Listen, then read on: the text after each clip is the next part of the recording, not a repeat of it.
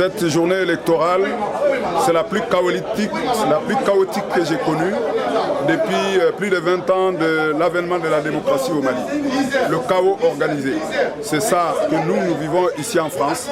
Depuis le début de ce processus, il y a à peu près 3 mois, nous avons mis toute notre bonne volonté pour apporter à l'administration toute l'assistance nécessaire pour qu'on améliore les choses. À titre d'exemple, nous avons aidé l'administration à faire en sorte que lorsque les peu de gens, sur 83 000 Maliens enrôlés par le RAVEC, donc 98% sont en âge de voter. En 2010, il n'y a que 33 000 personnes qui ont été retenues. J'ai dit retenues parce qu'on ne sait même pas quels critères, c'est arbitraire. Sur ces 33 000, nous avons proposé des solutions pour que les gens puissent aller prendre leur carte dans les bonnes conditions. Il a fallu des mois et des mois. On a vécu des situations chaotiques où les gens, c'était le drame. Ils pouvaient faire 4 jours, ils laissent leur boulot, ils n'arrivent pas à avoir la carte NINA. Ceux qui ont eu la chance d'avoir la carte NINA ont choisi de voter dans leur lieu de vote habituel, dans leur bureau de vote habituel, comme en 2007. Ce n'est pas tout le monde qui a déménagé.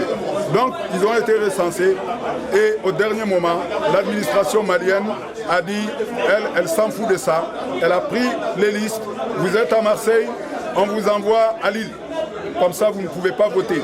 Vous êtes, je ne sais pas, à Lille, on vous envoie à Bordeaux.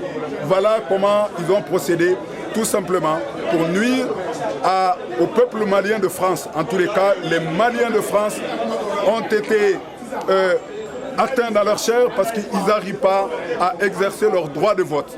Ça, c'est calculé et c'est impardonnable. Vous-même, à titre personnel, en tant que président du Haut Conseil des Maliens de France, est-ce que vous avez pu voter? Je n'ai pas pu voter comme beaucoup de camarades comme moi. Nous n'avons pas notre carte NINA. Eh bien, on dirait que c'est sélectionné et c'est ciblé. Quand nous regardons, et c'est une frange bien ciblée qui n'a pas eu sa carte. Parmi ceux qui ont eu leur carte, on a aussi ciblé pour qu'il y ait un électorat précis qui n'arrive pas à voter. C'est l'électorat qui n'est pas acquis à la junte, qui n'est pas acquis à tous ceux qui sont pour la démocratie, qui sont contre ces désordres. Pourtant, vous-même, en tant que responsable de la diaspora malienne à Paris, vous avez fait partie des gens qui ont fait la promotion de ce système NINA. Comment ça se fait qu'aujourd'hui vous vous retrouvez être victime de ce système? Non, nous n'avons pas fait la promotion du système NINA. Nous avons facilité le travail pour l'administration en son temps. Parce qu'on nous a dit, c'est pour avoir une identité, c'est pour avoir des cartes d'identité infalsifiables. Parce qu'il y aura l'empreinte digitale, donc biométrique. Ils n'ont jamais dit que ça va servir de base pour fichier électoral. Jamais. Il n'a jamais été question. C'est une volonté soudaine. Voilà, donc on savait que le résultat allait conduire à ça. Nous, en son temps, nous avons dit, si nous votons sur la base du RAVEC, il y aura des problèmes. Et voilà, il y a des problèmes. Très bien. Donc vous avez un mot de la fin, le mot de la fin, on verra si au Mali, le même chaos n'est pas organisé. Ça donnera un peu d'espoir. Si au Mali, c'est à l'image de la France, bonjour les dégâts.